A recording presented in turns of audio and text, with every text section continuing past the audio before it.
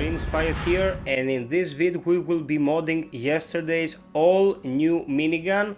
We've been waiting for this thing for a very long time, just a gun that would shoot out a lot of rounds per minute, suppressing the enemy and causing extreme damage at the cost of course carrying limited ammo like all the heaviest weapons. Lo and behold, this is another case of demos weaponry where its uses are very limited and the alternatives to it are few but very much more effective than what we just got. I'm gonna explain what I mean, and I don't wanna ruin anyone's mood, but this gun is very underwhelming. We can barely make it usable as is. I'm gonna explain why, and I'm gonna go into the details right now. So here we have it, the L59 Minigun. It is a minigun with a spin-up rotation before it starts to fire, so it needs to be initiated slightly before you can burn your target. Damage of 188 per slug, reload time of 3 seconds, max ammo of 300, stable chance of 8, fire rate of 11, magazine capacity of 100, weak point damage of 150, and handling bonus of nada. Well, that doesn't really matter because we can always modulate the last one. Accuracy of 70 and stability of 60. Its perk state: 5% charge time on the first one, 5% fire rate on the second, 5% charge time on the third, and 0.5 fire rate on shots. This effect stacks 20 times, resets on reload. So out of 20 bullets, if you are 100% accurate, and that's tall order, you will get plus 10 more rate of fire. Nothing insane. It would be insane if, for example, we were starting at 30 rounds per minute, but that would be too much fun. I suppose the devs didn't really want to give us something as potent. I'm gonna show you how the gun performs without anything on it because I want to make something abundantly clear.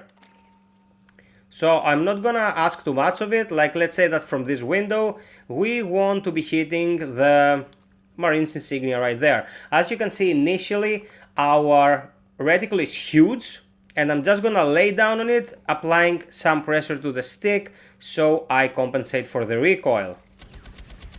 As you start shooting, the gun goes into high speed mode and your reticle shrinks, providing intense muzzle flash that will cause an epileptic seizure to any unlucky soul trying to play this in the dark. First thing I want to state out, guys, it is ridiculously bright and unnecessarily so. I don't know what they're thinking. This has to be fixed. It's very annoying.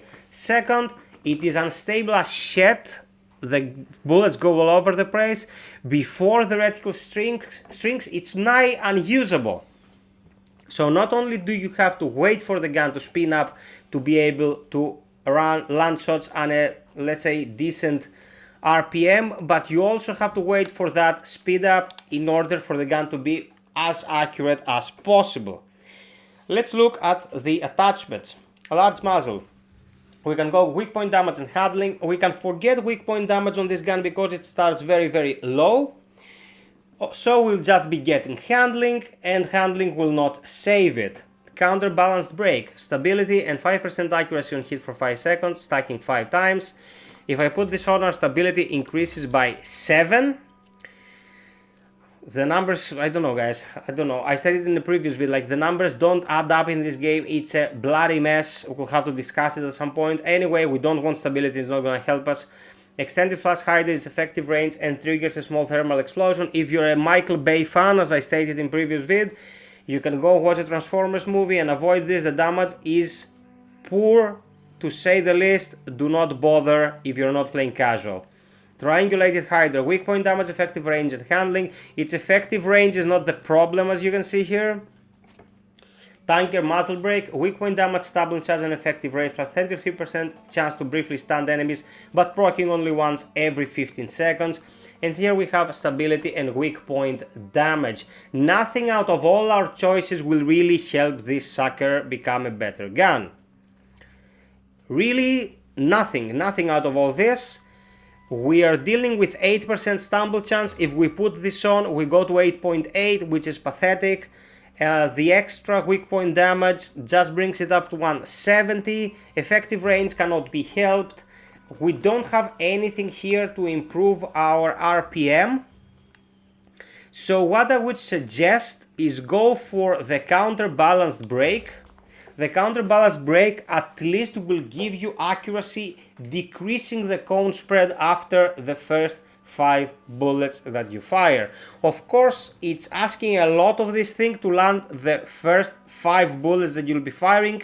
One of them will be hitting Chicago and the other one will land in Tokyo. But anyway, this is what we get to work with, and we can't really do much about it. God damn it! It's the first time I'm saying this out of all my guides, and this guide came out yesterday. Barrels. Hammer forged rifling. Stumble chance and 50% chance enemies deal 20% less damage for 5 seconds. Hybrid rifling, fire rate and stability. Miller twist, stability and handling. Ratchet rifling, fire rate and handling. Progressive rifling, fire rate, stability, but the fire rate is just 10% and you deal 10% extra damage to enemies with full health. This is good for the rocket launcher, the grenade launcher, the RPG, not for this sucker. And polygonal rifling's fire rate, C plus 50% chance on hit enemies take an additional 10% damage for 5 seconds. This effect can only occur once every 15 seconds. So every 15 seconds you can deal 18.8% divided by 2 for 5 seconds. And that's it. For me, fire rate and stability is a very good choice, but since stability is hopeless on this thing, I will go ratchet rifling with fire rate and handling, so it will be coming out of its holster much easier. We want to be able to swap on the fly, maybe, I don't know, because we're masochists and want to see more of this thing in front of our screens. Armature. Calibrated armature gives a stability, increase your melee damage by 20%, blah blah blah. We know the drill, that thing doesn't work. Melee attacks can work in this game and can produce some impressive results, but if you have lag, any amount of it, or are in the least inaccurate with when you land it, you're just gonna lay flat on your face. And of course, a gun like this is not the ideal solution to this thing. Deep railed armature, reload speed and max ammo. Hybrid armature is a mix of everything, reload speed, stability, max ammo and handling. Stabilizing armature is reload speed and stability. Quick charge armature is reload speed plus 15 rate of fire and 30% stability on hit for 5 seconds. This effect does not stack, but will keep reproccing and refreshing as you're shooting. Max capacity armature is max ammo and handling. For me, the only way to go with this really is to go for quick charge. It will reduce our reload to 2.4. and will also help us with rate of fire and stability on hit when we land our first bullet. So after all these modifications, the gun will be firing something like this.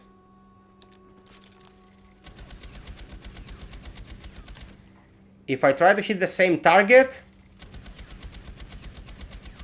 it is slightly more manageable now. The spread is slightly more manageable, and the increased RPM will help with the damage. But I'm telling you guys, if we compare this to the damage output of the Kramer, which is an assault rifle, what we're getting out of this thing is pathetic. We need to spin it up to get the actual RPM that benefits it.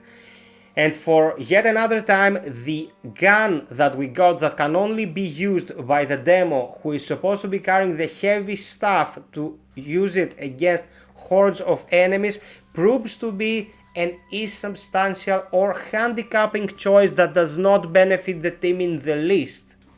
Either the demo needs a rework, or the gun needs a rework to use. In order to use this minigun, you have to spec your entire class with perks related to heavy, then something is off, guys. Something's off, because the guns as is usually can be represented by any of the classes and perform.